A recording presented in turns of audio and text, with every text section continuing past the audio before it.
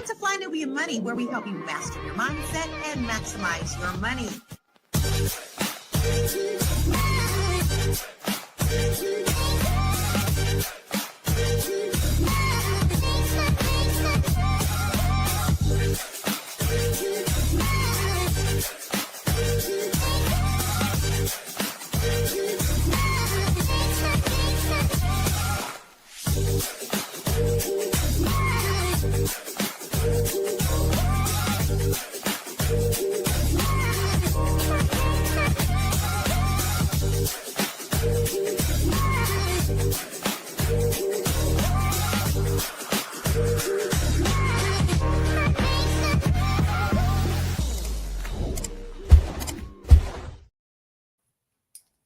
Happy Thursday, everyone. This is Fly Nubian Money, where we help you to master your mindset and maximize your what, ladies? Hey. So listen, y'all. Today we are asking a really tough question. I don't know if it's I think as time goes on, the question doesn't become so tough anymore, right? Is America still the best place for Black people? I don't think that is a tough question as it had been in the past. Now, the government is officially shut down as of today, and the president recently made a strange remark about the N-word. Y'all remember? N-word. This man got on the mic and talked about the N-word. First talking about nuclear, then joking that there's another bad N-word. It's a very, very bad word. And we could use one of the N-words and one of the ones this is just crazy. So this is the time right now where division feels sharper than ever. And we have to pause and ask ourselves, Black people, with all of these systemic barriers, racial inequities, and cultural unrest, is America really the land of opportunity for us? Or is it time to start thinking differently about where we can truly, truly thrive?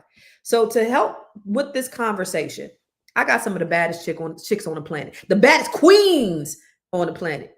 So first up, Miss Shalaye, Camille. And listen, she is out of the boogie Boston. What y'all call Boston? What y'all call Boston? The Beantown, not the Boogie Down Beantown. Boogie Down Beantown. And I can't say, with my California accent, Boston, like Lala and I, we used to call it Boston, right? You got to say Boston. Boston, right? So Shalaye is a real estate broker, powerhouse, and she is here. We're going to have this great conversation. And then, of course, y'all know the one and only Miss Lala, another powerhouse real estate professional. Not only does she do real estate, but she does it internationally. She happens to be all the way overseas, all the way in Portugal as of today, but she's international. She does real estate both nationally and internationally. And with this conversation right now, I think it's more important than ever to talk to pros like Lala and even Shalaye, because you said you do international real estate as well, right? I'm getting into it. Oh, you're getting into it. So yeah, we got the right ones on here. And a little bit later, Miss Black Hollywood's going to come and talk with us, join us as well.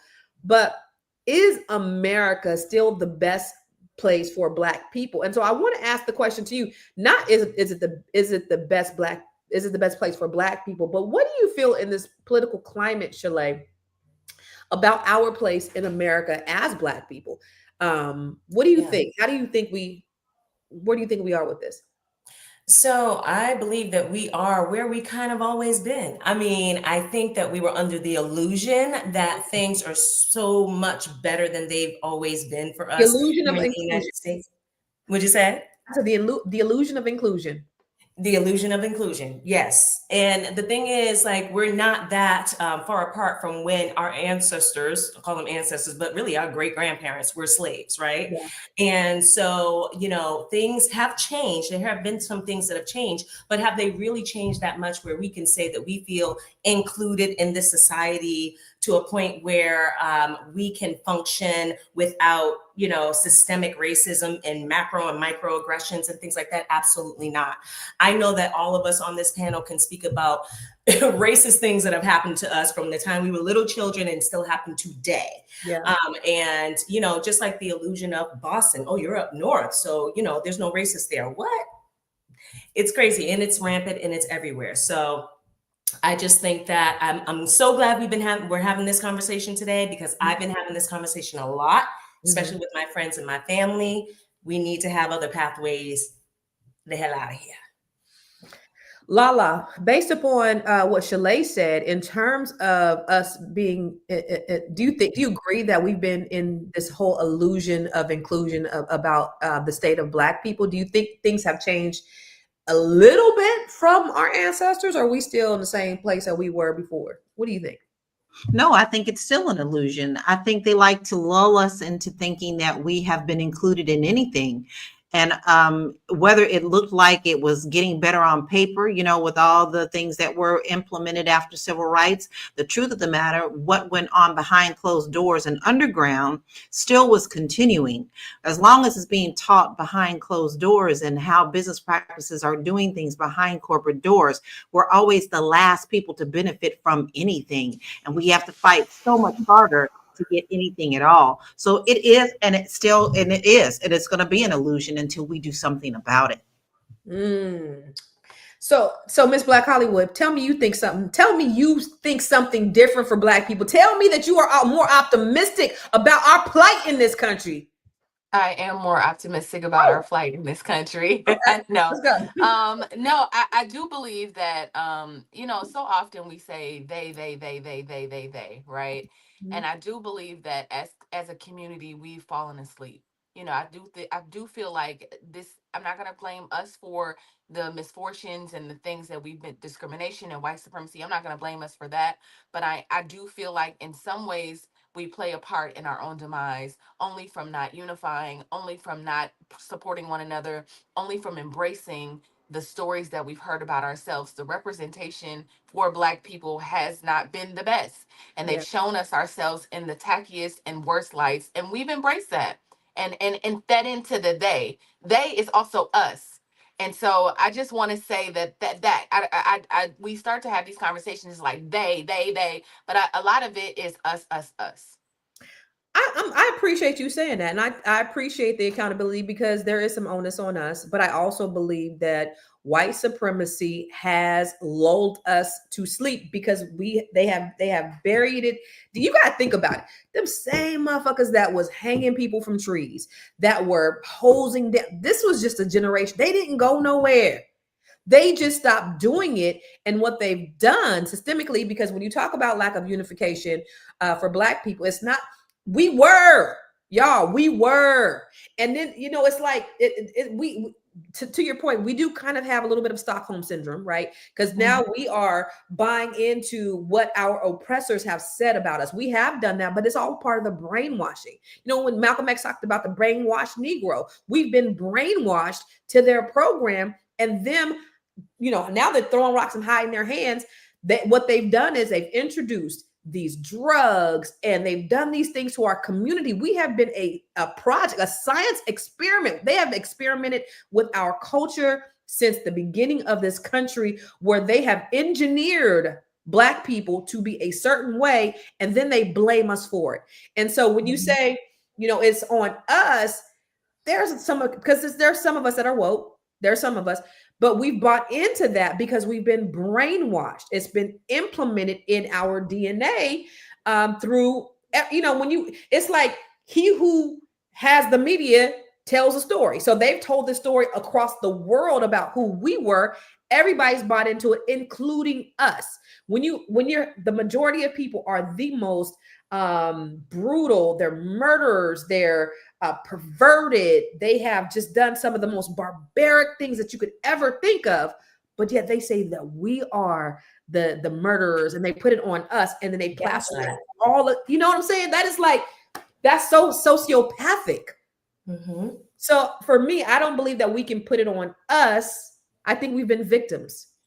For sure of an abusive it's like having an abusive spouse for 400 years, right? Yeah, like man. You're like, no, he's great, he just hurts me today, but most days he makes me feel good. I mean, like, he gives me a little something to eat, and then, like, so I understand where we're coming from. I'm not saying it's all on us. I'm just saying I just wanted to give us a certain perspective that's genuine. I do believe that sometimes we rockabye babied into sleep, and we're saying, like, Black, because we see a couple of Black millionaires or billionaires. So there's this illusion that we are winning. And I don't know. I saw something that said 1 in every 25 Black people are millionaires. So does that make Does that mean that we're progressing? I don't know. Because Mm. that's Shalaye, you wanna want hear to me? say something?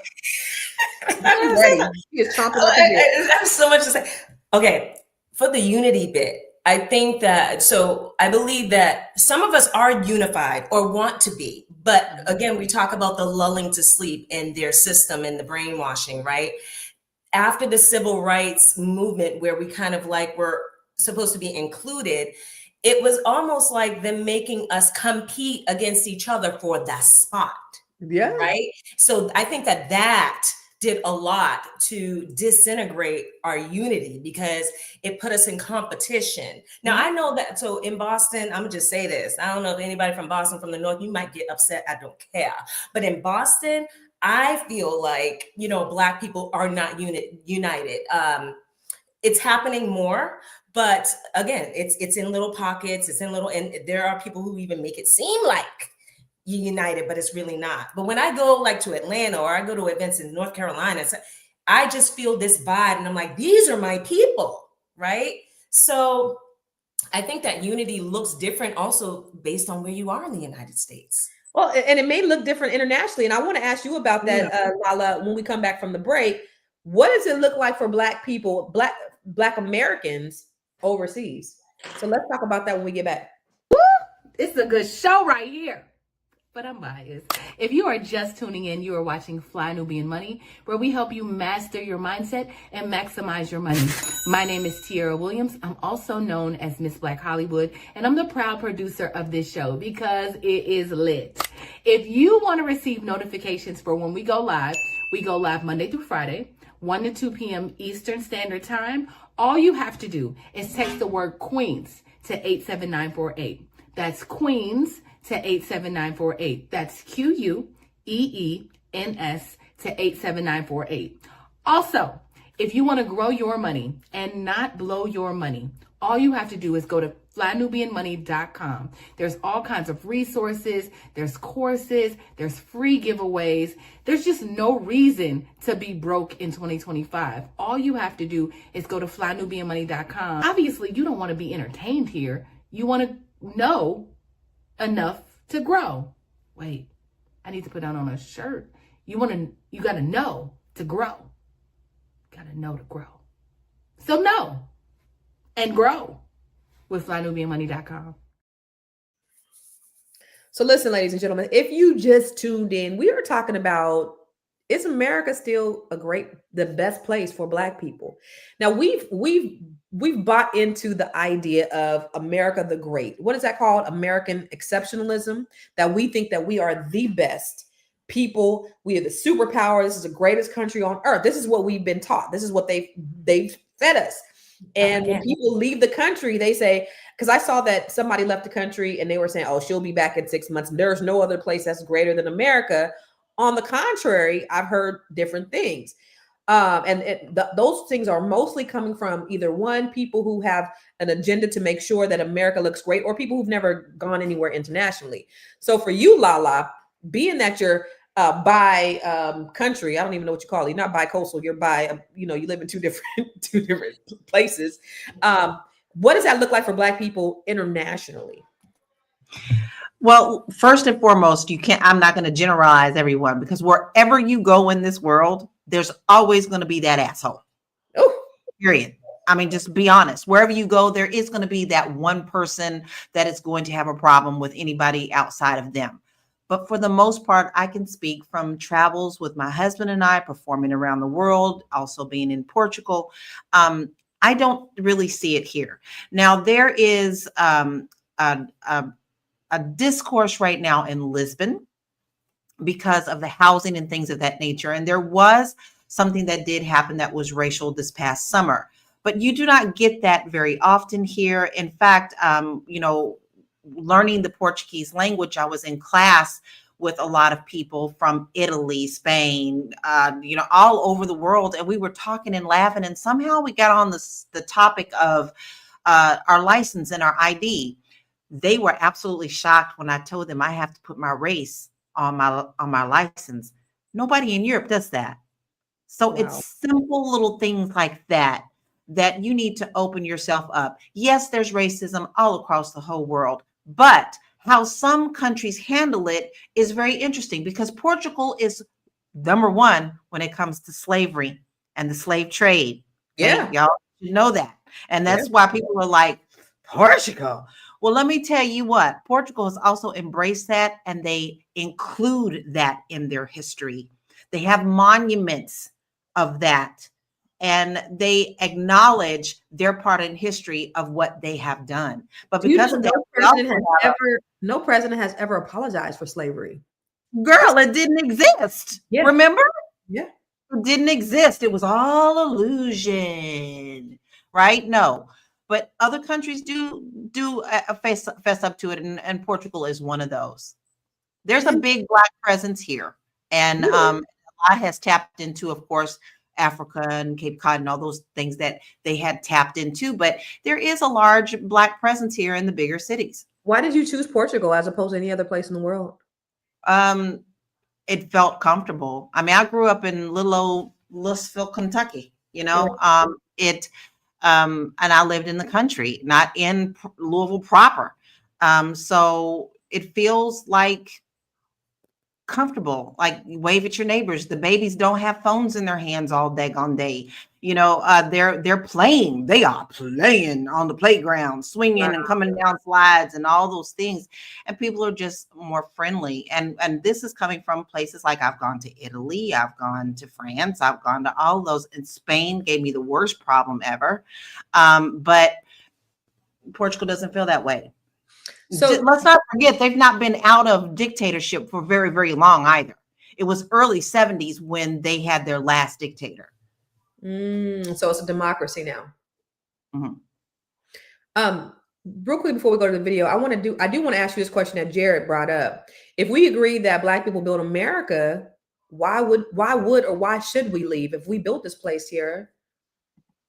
I don't know if you watch the news or you're just getting insight on what's happening around us, but it just doesn't feel as healthy. I know for me, after my daughter graduates from high school, I really want to spend a couple years abroad just to take a deep breath. I think that it's exhausting. Like you were saying earlier, we don't even know how we have it healed. We don't even know because we're in it. So we can't until we get out of it and kind of take a breath and we're able to have a perspective that is not inside the belly of the beast. I think it'll change what we think. I mean, if this was an inclusive country, if you didn't see people running down people that they don't know if they're citizens or not and beating them to the ground and then putting them in, like, it just feels very it Bullshit. feels very it just feels, aside from, I don't even want to use the word divisive, but it's almost ridiculous. I feel like I live in a twilight zone. And so Seriously. if making it literally live in a twilight zone every day, I put it on Instagram, I'll go through just my thread and it'll be like Twilight Zone, Twilight Zone. I've just started doing it for fun at this point because every time I do it so often, I feel like I'm in the Twilight Zone. And why would you want to live in that? Yeah. Right? Why are I feel like we're surviving yet again in a country that doesn't really want us. It's like you playing slug bug on the slug bug. You ever play that game when you slug bug? Every Yes. time you see, you do that with Twilight Zone. Yeah, Twilight Zone. Let's keep score. Oh my God. That Every is time. crazy. So I don't know if anybody else feels that exhaustion of just like, Yes. what now? What's Oh. gonna happen? It Yeah. is very exhausting. If you had an opportunity to move abroad, Shalaye, would you consider it, being that this is where you're from, your family's here? Would you? It's absolutely, number one, absolutely. I've actually been having this conversation with my sisters. Like, y'all, we really need to think about, and some other family members, we really need to think about a pathway out if we need to get out. And I wrote down a note about Jared's comment because I saw it. And I understand what he's saying. Like, we built this country, like, why would we leave, right? But they had us, we didn't build it voluntarily, first of all. And this country wasn't built for us. And they specifically built it for us to be on the bottom rung. So that's the foundation right there. This country is specifically built for us to be and stay on the bottom rung. So it's not like we built this country and it's a great empire for us and now we're gonna leave it and abandon it. That's not the case. And then my question is, what is the alternative, right? And we've got to all agree on this. Like, are we going to stay and revolt and fight for it? And if we're going to do that, okay, what's the plan? What's the plan around that? Because to stay in the muck, you know, when we know it may be even getting worse and not, you know, thinking about the alternative, I think that that's just not a good plan for us as a whole. And I get that everyone may not be able to get up and go, but let's have these conversations early so that we can prepare. Well, the economists have said that we are in the process of the fall of America. America is failing. This empire is failing as we speak, and we are in the process. So do we ride that ship as it sinks, or do we jump off and do we go somewhere else? And I want to take a look at this video about surviving in America, because I think that's the thing that we've been doing for the last 400 years is surviving, Black people. Let's take a look at this video. Can I say something before the video, though, because I think this is very important to preference. We have to remember that we are still a baby country. We are only 250 years old. When you look at world history and you see all of the history of Europe and how many fights and how many who took over and this and that and this, we are still a baby. We have yet to see our real first big fall. Unfortunately, we are living in it right now. Boom. Oh, Drop we that gonna roll mic, that baby. thing. Drop that Wow. mic, baby. All right, so look, if Black people and other melanated peoples are going to survive America, then we are going to have to learn how to work together. We start small, we build trust, and we expand it until it is something that they cannot destroy.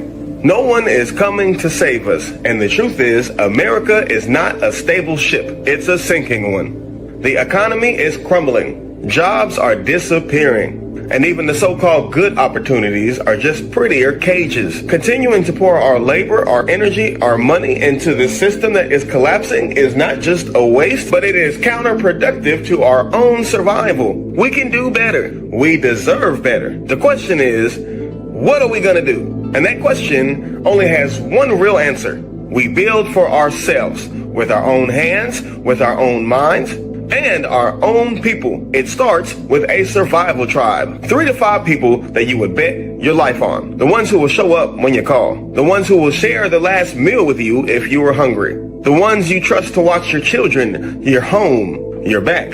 A tribe is small, tight, and resilient. You share resources, split costs, trade skills, and protect each other from whatever comes. Now, when these survival tribes start to join forces, they form a village, and each tribe brings its own strengths. One grows food, another one has carpentry skills, another has transportation solutions, and another might know trade and barter. And the village becomes the place where resources circulate. We can get our needs met without having to beg this system for scraps. And every time we trade with the village instead of the system, we stop feeding a machine that's been feeding off of us for centuries. So then those villages turn into communities, larger, interconnected ecosystems where skill and trust spread. And those communities.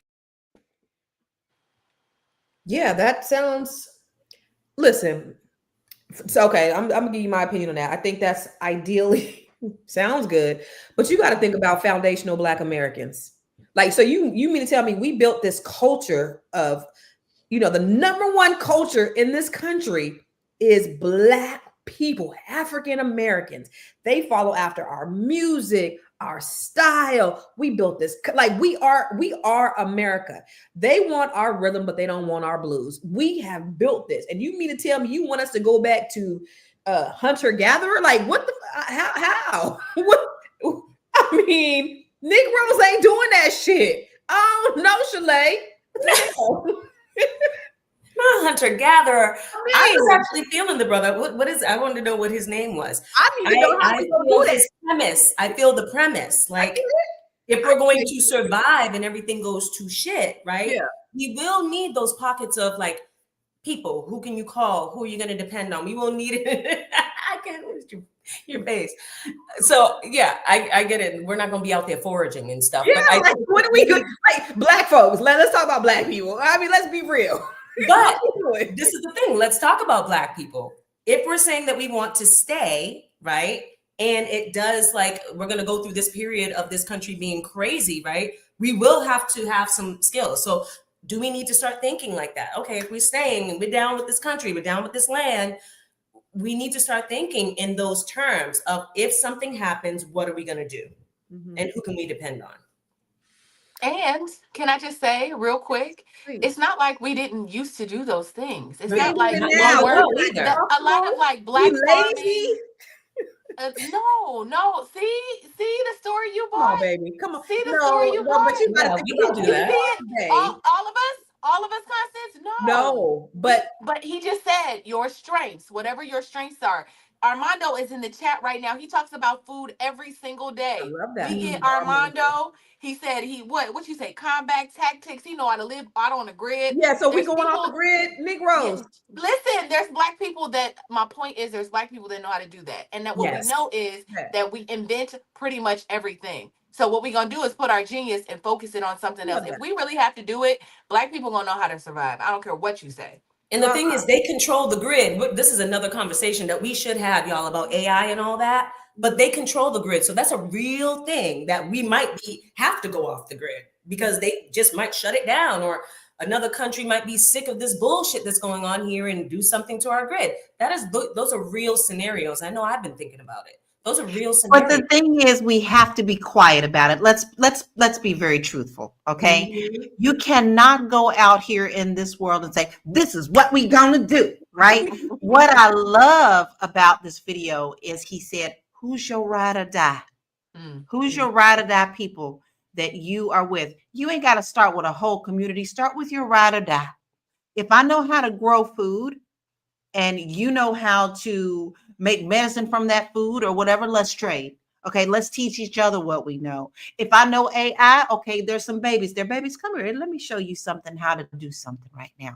You start with your ride or dies and you're quiet about it, because the minute they find out or see us being successful, they will find ways to shut us down every time. Just look at history, period. So you've got to be quiet about it, but you must be serious about it. I have my tribe. This is one of the reasons we're doing the Black Business Directory as well. The little things that you think that don't matter, they matter. I can dig it.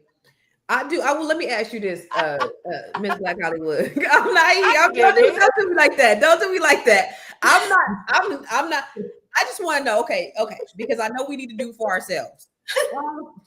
That ain't gonna work for most of us. So let's give a real freaking solution. What should we do? Where can we really go to do some things outside of going off the grid and sharing food and research? Like, what's a real way that we can really apply this shit up here? Constance saying that is not my life. I live in Bowie, baby. You mean you have to give up all of this and I got to go off the grid and do what? I didn't build this house. But no, okay, you're laughing and it's funny. It's absolutely hilarious. I get it. But Constance also is a wealth of knowledge, right?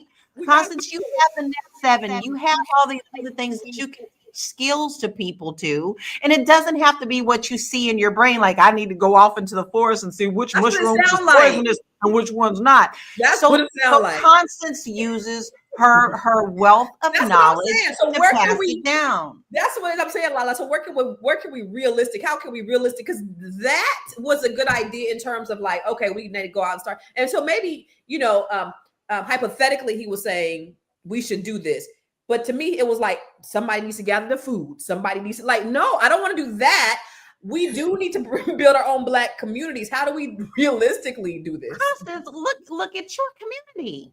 I know, that's what I'm saying. Funny, but no, let me finish what I'm going to say, because this is really important. And I know it's funny, but guys, this is really not funny. It's not funny, Lala. I know. I'm laughing at her response. I'm laughing at her response.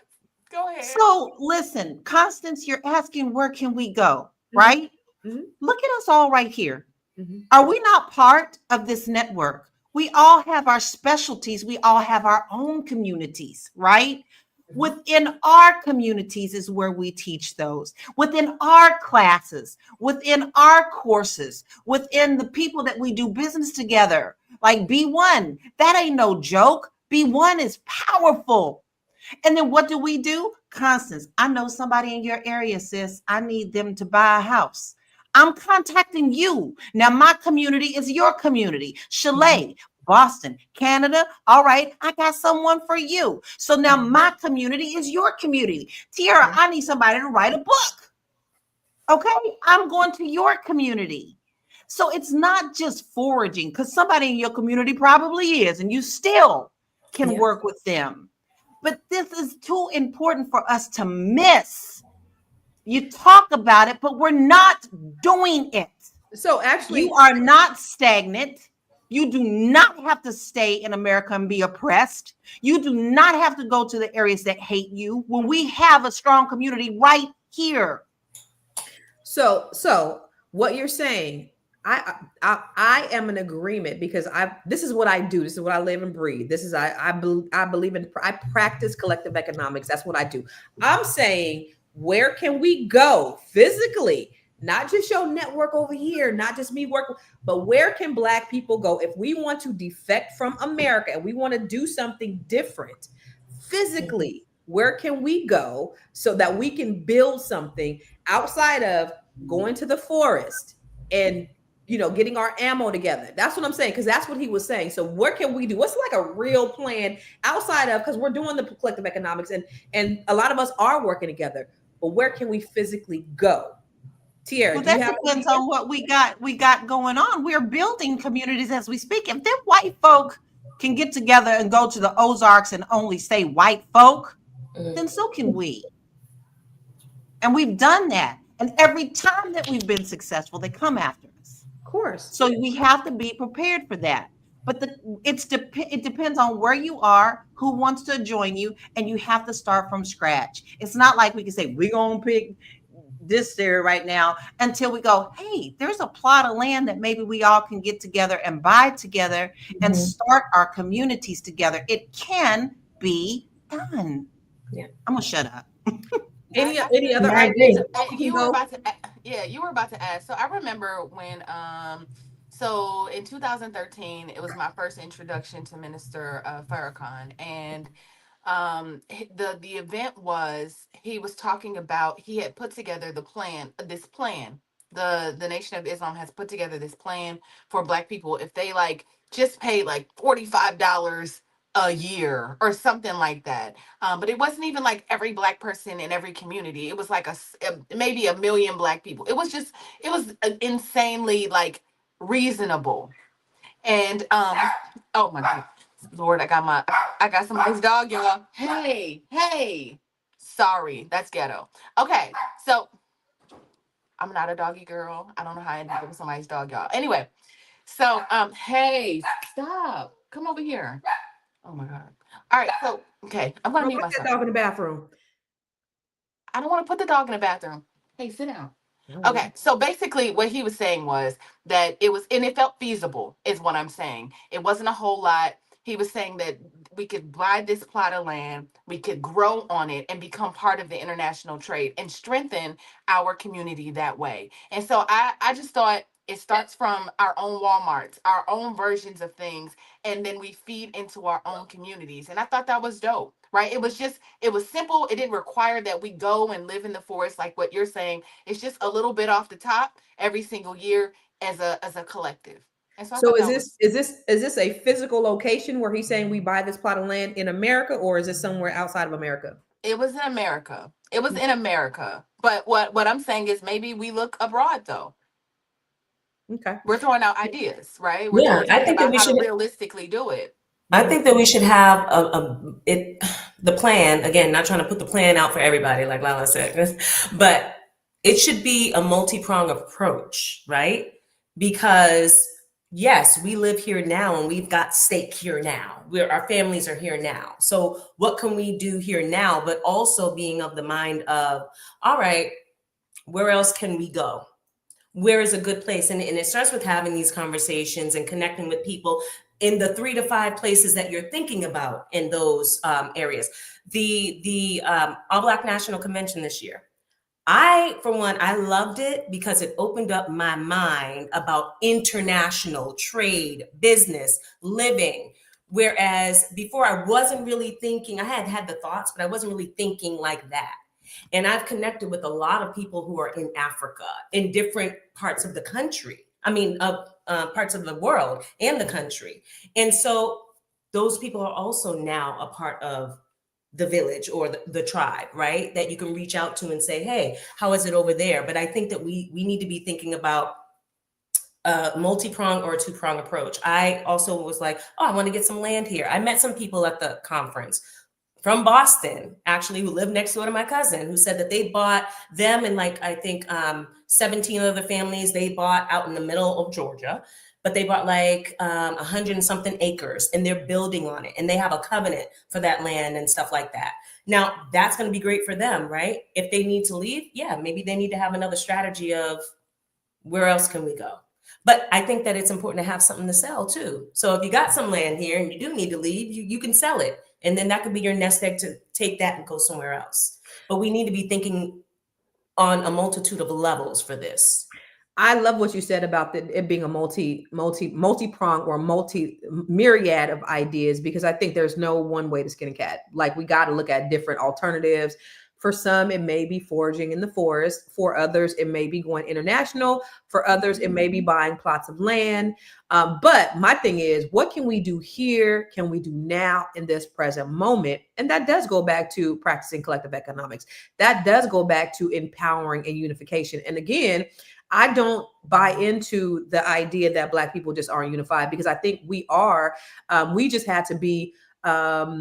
we just had to know what was really going on, because we have been, we had this idea of this great white savior that we've had for the last. So first of all, they put us to sleep. They lull us to sleep. They give us these handouts. The Democrats give us these handouts. The Republicans don't want to do anything. And then they want to save us. They want to take everything away, and then they want to become our savior. So now we have to depend on them. And now with what's going on in the current administration, I think we're seeing, here's what this is what's really been going on. And we have been bamboozled. Malcolm X said it 50 years ago. We have been hoodwinked, run amok, led astray. And now Black folks are starting to wake up to what's going on.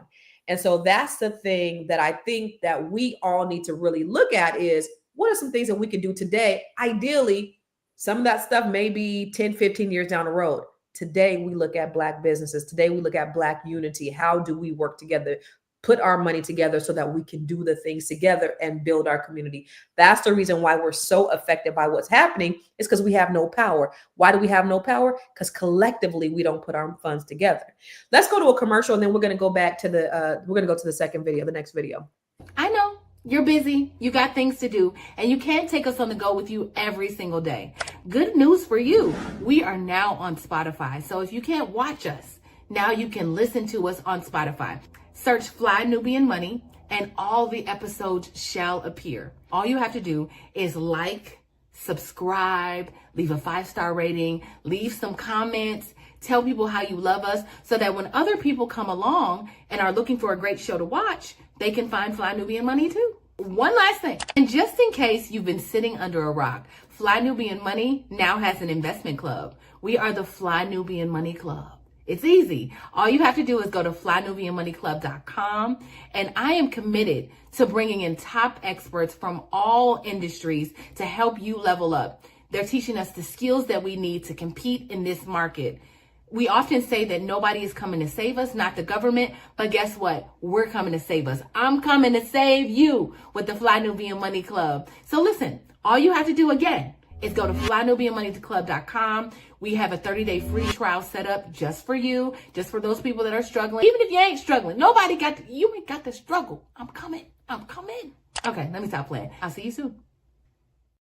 That it makes absolutely no sense. You put your skin color over patriotism. You are offended by people who value and defend and protect America.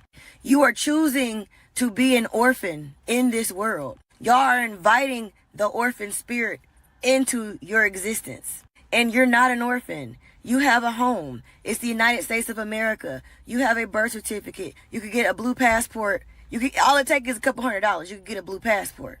You have every single right that any other American citizen has. and you choose to continue to other yourselves. You're choosing to perform victimhood. You're choosing to perform oppression and marginalization. And it makes absolutely no sense at this point when you've had a black president, you've had a black vice president, you have so many black millionaires and billionaires, you got all black films.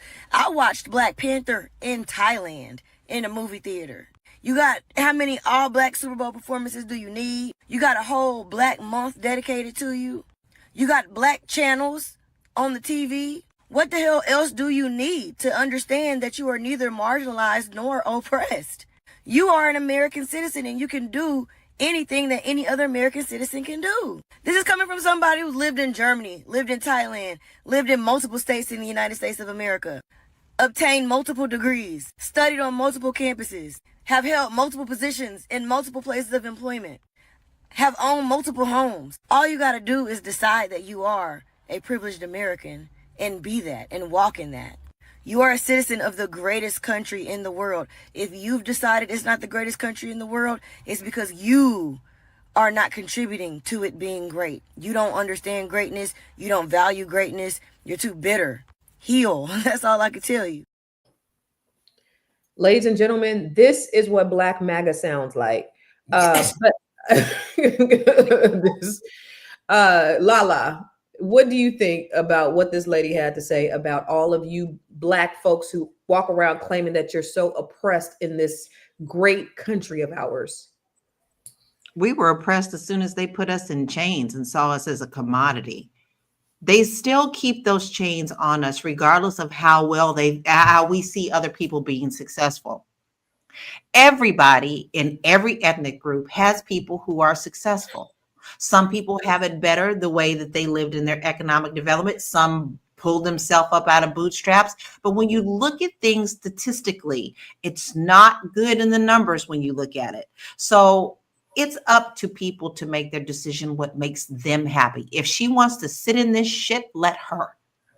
Because for my mentality, I don't want that in my life. And if baby girl, where's your tap dancing shoes? Because that's obviously what you're doing. This is clearly Black MAGA and they got you fooled. You are not one of them, baby. You are one of us. And it's very clear that they're making sure that you understand that. So it's all up to your mentality, what you want to do, what you want to fight for, how you want to fight for it. But I disagree with absolutely everything that she says. We were sold some horned freaking schwaggle mess. I grew up singing The Great American Melting Pot. How much of a slap in the face is that to us to know that that was just a joke? And that's exactly what it is. And it's not just our communities, it's the indigenous communities, it's the all other communities. If you are not seen as pure white, then you are the problem. You are not a them, my love. You are an us. And after a while, we're not going to want you over here either. And that reminded me, Lala, that when you said we Black MAGA, you are not one of them. You know what was she running for? That politician, that Black MAGA politician that had that big old venue, all them damn buses, but nobody showed up. Yep. Yes, Yep. Black MAGA said talking the same shit this girl's talking to. She had some big political event. Nobody showed up. Not one person. They will let you know quick, fast, in a hurry. Right, you're not like us, right? But the thing is, I think I gotta walk around and be worried in Florida who's behind me, who I'm looking over my shoulder with, because most people down there, until I open my mouth, don't believe that I am a Black woman. They think that I am a them. The things that I hear them say when they think that they're in the comfort of their own people. Do I want to take that on in my mentality? Do you want to walk around in trauma all day long? No, I do not. You know, I think that a lot of times people talk a lot of mess out of their mouths. And I think that there's a big point that gets missed in all of this that we talk about what we can do as Black people, as humans, right? Pulling yourself up by your bootstraps, right? We forget that every citizen, every human does not have the same capacity or fortitude, or everyone doesn't have the same intellectual, visionary, monetary, economic capacity, right? So it doesn't matter. Like, yes, you can want to pull yourself up by your bootstraps. Some people are only going to be able to pull up to a certain level, and that's the best that they can do, right? And then other people will be able to pull up, higher than that, and that's the best that they can do, and they're giving their best. I think it's sickening to look at people who have been systematically oppressed and put into poverty and say, you got to pull yourself up by your bootstraps. And I think it's sickening when we look at each other like that too, right? Like, I did it. I bought multiple homes. Right. I got a business. Right. You know how a little off we all are to be entrepreneurs? We're a little off. Okay. Yeah. Most people don't think like us. And we're thinking, no, we want to be millionaires. And those people are a little more off than us to even get to that level. There's a certain mentality that you have to have. And everyone does not have that. And that does not mean that we're better or worse off than anyone. Everyone has different capacity for different things. So yes, I feel like us as Black people, we need to be looking at who among us can pull it up, right? As high as we can pull it. In a rising tide, what's the thing? A rising tide lifts all ships, right? Because all of us are not going to be able to do it. And that might sound socialist. That's fine. I believe that, yes, let what we can do, the brightest minds, the people with the money, let what we can do pull everybody up. Everyone is not going to have that capacity. Even get to a point where you think it's acceptable. Yeah. It just is what it is. We got to I love that. Yeah. No, I love that, because when you talk about us being entrepreneurs, and we are an anomaly, it is hard. Think about it. To get to my first million and compare me to a white man, it's going to take me 100 times harder to get to my first million than it takes him. Doesn't mean I can't get there. It's just that I had to work so much harder to get there than that white man did. And so that's why our experiences are so very different, is because, yeah, we can do it. We just got to run faster, jump higher, work harder, be excellent at all times to get there. Yeah. We can't be we don't have white mediocrity, the privilege of that. We sure don't. And Constance, also, we're starting from a place of we don't know what we don't know until we know we don't know it. We're starting from that place. Yeah, because we don't have that generational knowledge that a lot of us don't. Yep. So we only have the time that we have in our lives, and we're competing against people who already got the blueprint because it was made for them. Exactly. And we're still trying to figure it out. Exactly. So there's so many different variations. What she just said just made my stomach sick. It was bullshit, but go ahead. I don't know. Maybe Tiara has a different take. Well, well, in fact, when I watch this, I mean, not to jump off into like something else, but I do believe that a lot of times there are things here that we can benefit from, right? As there, it's much easier for me to make a goal, set a goal, and go out and say, I'm gonna make this plan and I'm gonna achieve the goal, right? I'm just gonna keep it ABC right now and achieve that. What she's saying is we're in a country where you can go outside and forge your own path with the right education, with the right things in your hands, with whether you're Black or not, right?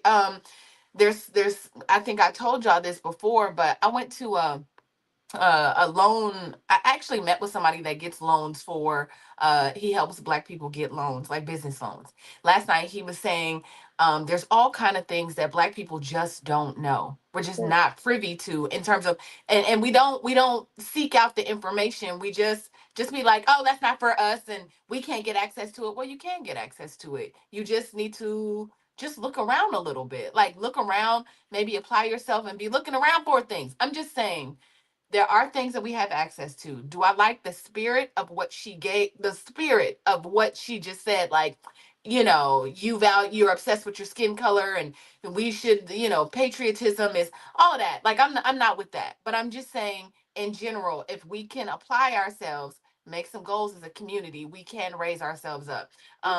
Me and Constance and I also always talk about the fact that of the $2 trillion in our spending consumer spending, right? The access, we have access to $2 trillion and we spend that. Only 2% of that is spent with the Black community. Even if we just spent 10%, if we raise that to 10%, it would completely change our community. So I do think what she's saying is the ball is in our court sometimes too. It's not all like, woe is me. It's like something we can change for ourselves. But okay, of that 2 trillion, let's talk about it. Let's break that down, because here's the thing, and I think I've mentioned this before. Less than 3% of businesses in Black communities are Black owned. It's not that we don't want to spend with each other. We don't have businesses to spend with, because when we did have businesses, think about back in the 1920s and 1930s, a lot of them were systematically destroyed. So we don't have the businesses to spend money with. Remember when Killer Mike did that experiment where he was trying to do only do business with Black businesses for 30 days, and he was out on a bench and he could not find a lot of Black. We don't have the businesses, so we have to we got to start starting businesses, brick and mortar businesses, because when you look at all of these other communities, you will see every other community in a Black every community in Black owned Black communities, other community businesses, right? So whether it's Asian or Hispanic or European or Arabic businesses in Black communities, but you will not see a Black business in any of those communities. So we can't spend with each other if we don't have the businesses. So we got to step back and say, look, we got to start creating businesses. But you think about all of these things that are done every time Black people get in, because you can't say everything is, we got to stop being obsessed with our skin color. Every time we do something, they change the rules. You think about that shit. When Black people in South Carolina, when back in the day, they would allow, when only white men were going to become lawyers, they would just say, hey, you just, got to have a nod from a judge. When Black people started doing it, now you need to pass the bar. When you think about what's happened in music and in sports and all of those things, every time Black people have gotten involved, they change the game. Anytime we get involved in anything. So yeah, we trying to play by your rules, but as soon as we get in there, we start winning, these motherfuckers change the rules. And that's also a problem. That is not our problem. The only people who can fix racism is white people, because they're the ones who are racist. Let's go to the next video. All right. You have some stats as well, Constance. All right. Yes, this was a pretty bad time to say this, but let me tell you something. As a Black person, it's really the best country we could really be in, because every other country, we're literally at the bottom, especially in African countries. For some fucking reason, we're still at the fucking bottom. My pops is from Nigeria, and he used to be a police officer. The only reason he was a police officer so he could get to America. And some of his friends were still in the force or retired, and the things that they tell him, it's corrupt as fuck. Like, you really got to be that top 1%er to just get some type of equal rights. And it's sad as fuck how they treat the people out there. And that's just one example of like pretty much every other country in Africa. As a Black person, what country can Black people go to where they pretty much have it better than America? We're really struggling over here, struggling like crazy. And I think anywhere else, we would be struggling worse. Like, in all honesty, if you could tell me a country that is better than America for Black people, because I'm a Black person, I'm talking about Black people. So I apologize if any other race has better countries to go to, because if y'all do, that's great, you feel me? But as a Black person, where can we go that's better? I'm not trying to diss y'all countries or anything. I'm just saying, for Black people, this is the best we got right now. This is probably me. If I'm being ignorant, Now who's taking The advice? best we got right now. Who's taking advice from this? Lala, you taking advice from him? I'm not taking nothing from anybody who's trying to tell you and lull you. And you are not going to gaslight me or anyone that I love that has the desire to get out and see the world to do so. If America is not for you and you don't feel comfortable there anymore, then it's time for you to do your research. Now, I do want to make it extremely plain. It is not as easy as just saying, I'm going to go live over in Spain. No, sir. There are protocols and there are things that you need to do. You need to learn about their visa products. Are they a friendly country to other communities? Because there are some that are not. Spain is not one of them for me. Okay. There's a lot of struggles down there, but there are also a lot of African sections that are wanting Americans to come. Ghana, Sierra Leone, Nigeria, Cape Verde, Zimbabwe, Kenya. They're telling us, come on back over here. And I have spoken with agents and talked to people where they're like, we want you back home. And there are some horror stories because people were not prepared before they went. You must do your research. So you are never going to be able to gaslight me into thinking that America is the be all, tell all, do all. No. So Shalaye, you taking advice from a ninja in a Home Depot apron? I can't with y'all.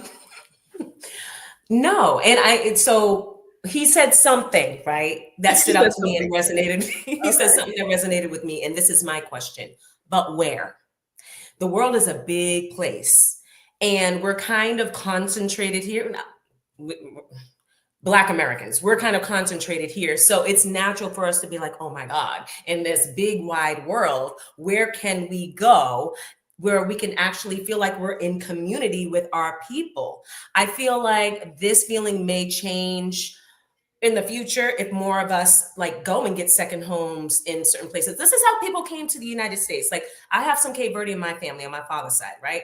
This is exactly how the Cape Verdeans like got to Massachusetts, and there's a large population of Cape Verdeans here.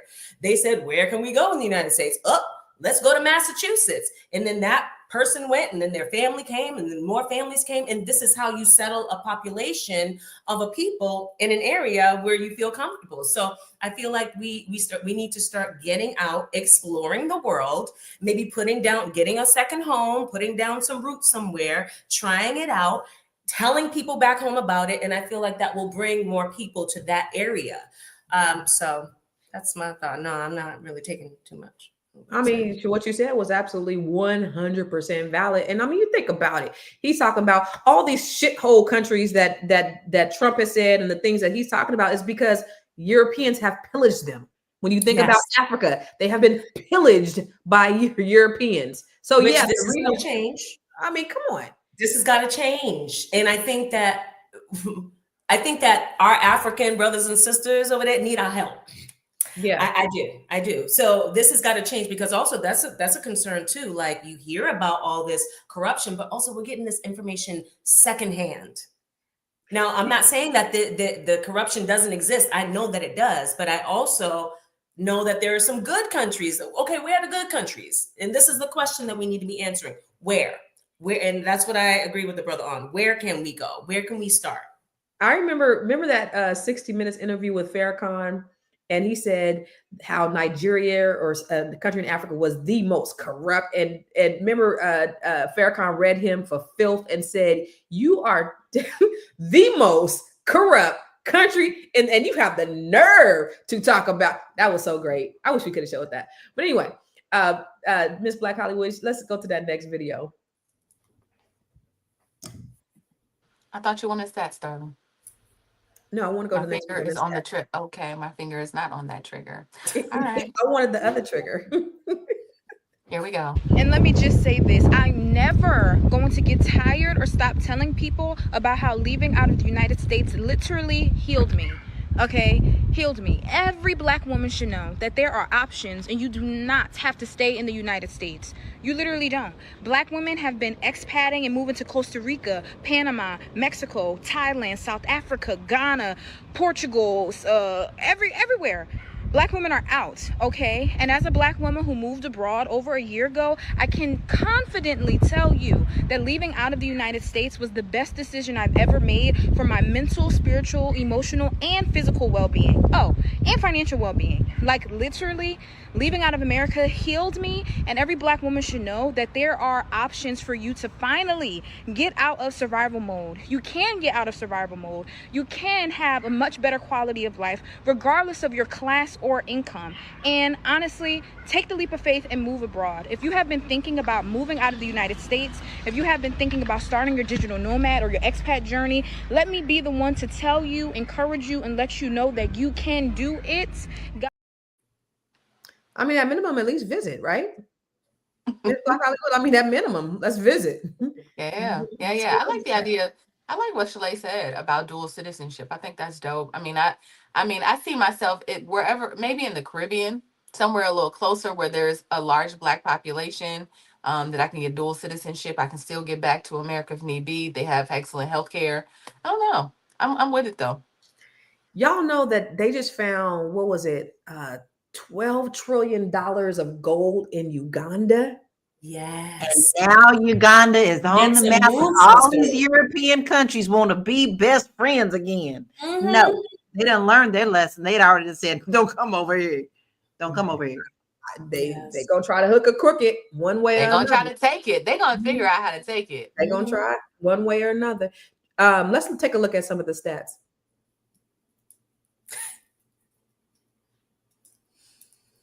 So the wealth gap, the median Black household is about 24,000 compared to 188,000 for white households. Black workers earn about 76 cents for every dollar earned by white people. And Black Americans are about 2.5 times more likely to be killed by the police than white people in America. Okay. Black women are the fastest growing group of entrepreneurs in America, yet they receive less than 1% of venture capital funding. About 20,000 Black Americans moved abroad between 2015 to 2020, citing safety, racism, and better quality of service. So with all of these stats, it looks like that Black people, we have all we need, but perhaps this is not the best place for us. So I'm going to ask you again, and this is a question that I posed a little bit earlier. What is a good plan for Black America in this next iteration? What's next for us? What's the best plan? And I know we're not a monolith, but just give me a high level plan that Black people can do. And we'll start with you, Lala, to end all of this. Well, the first thing you need to do is start in your household. Like, you have to make the decisions that are best for you. You also are a part of a community, but there's no community without you. So you have to look at how you want your household, your mentality, if you want to stay and fight, if that's part of it, then do something. But it all starts with you and your mentality. And if you do want to move out of the country, I highly, highly suggest that you do discovery trips. You can do the research before you go, but make 2 or 3 trips over to where it is that you have the most interest in so that you can see if it is a good fit or not. Now, on my website, I actually have a moving abroad quiz that is free. This is going to help you decide, hey, is this something for me or should I stay put? And then you can sign up for my Portugal newsletter as well, where I teach you things that I know about Portugal, maybe give you a few little words, places to go, places to live, the culture, everything. It's not for everyone. And unfortunately, most people who are watching now want to make it a one-sided thing. This is an individual decision. You've got to make the right one for you and those you love. Go to laurakey.net for that quiz and that newsletter. Amen. Hey, that was good shit. Shalaye, I'm going to ask you the same. What is a good high level plan strategy for Black people in this next iteration?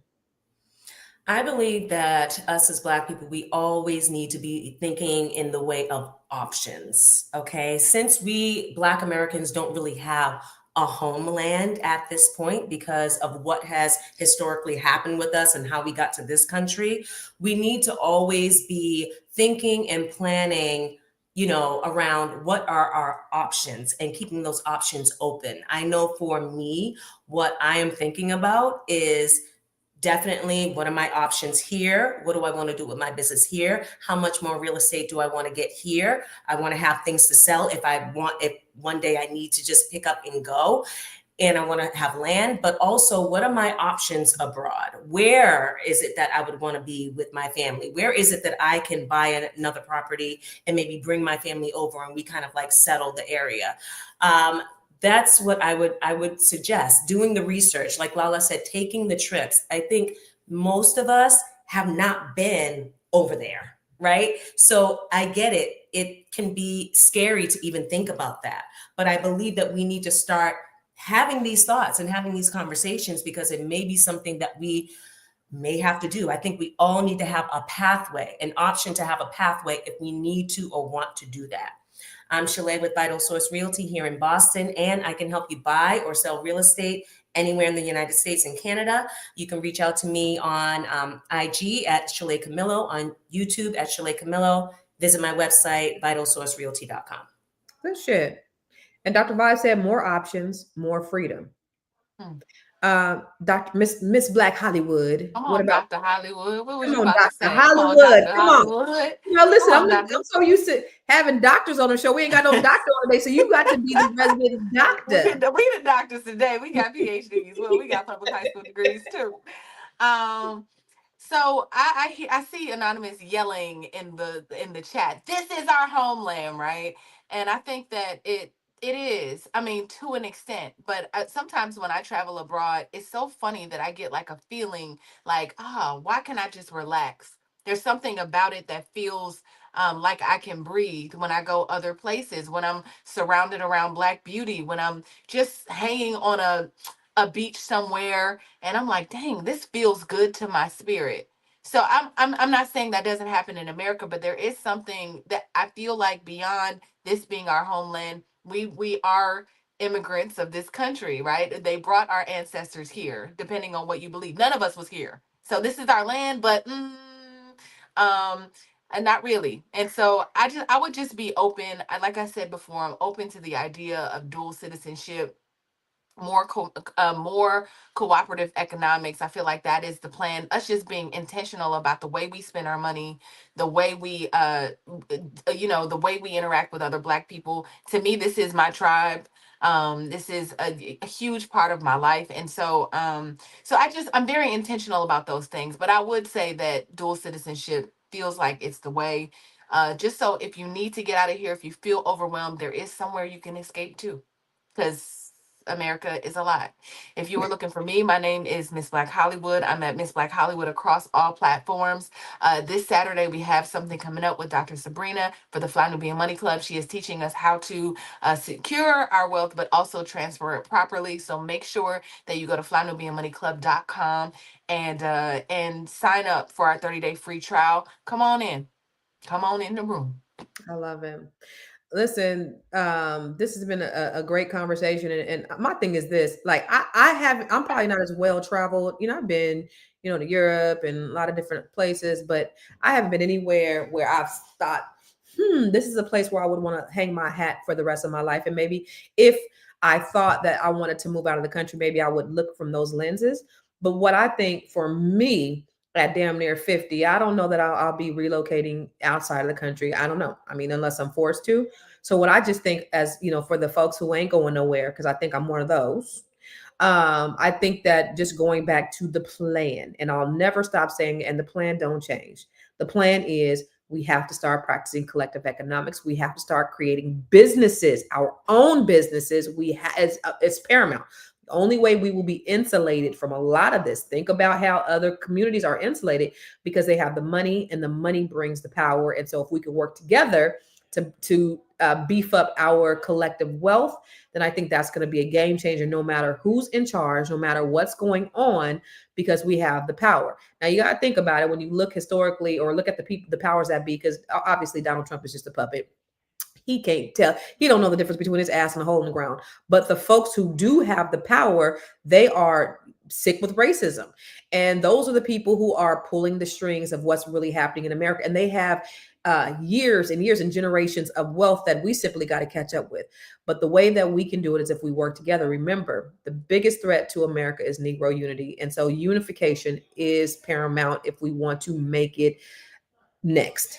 So that's what I say. That's what we got to do, is we have to work together and unify as Black people. And I think that's what we're doing. And it has to be on a grassroots level. Maybe we don't all go the same place. We don't all think, because we're not, homogenous. We're not, we're not all one-minded, but there's different ways to skin a cat. And I just think that a way that collectively we can do it, a universal way, is to work together, period. So where can you find me? Everywhere at I am Constance Carter, doing all kind of shit. So go to my website if you want to get more information about the things that I'm doing. But let me just wrap this up and say that today's conversation reminds us of a hard truth. America is complicated for Black folks. It's a place of opportunity, yes, but also a place of pain, deep, deep pain. So whether we stay, we leave, or we demand better, the goal is the same. It's to create safety, it's to create wealth and freedom for ourselves and our families.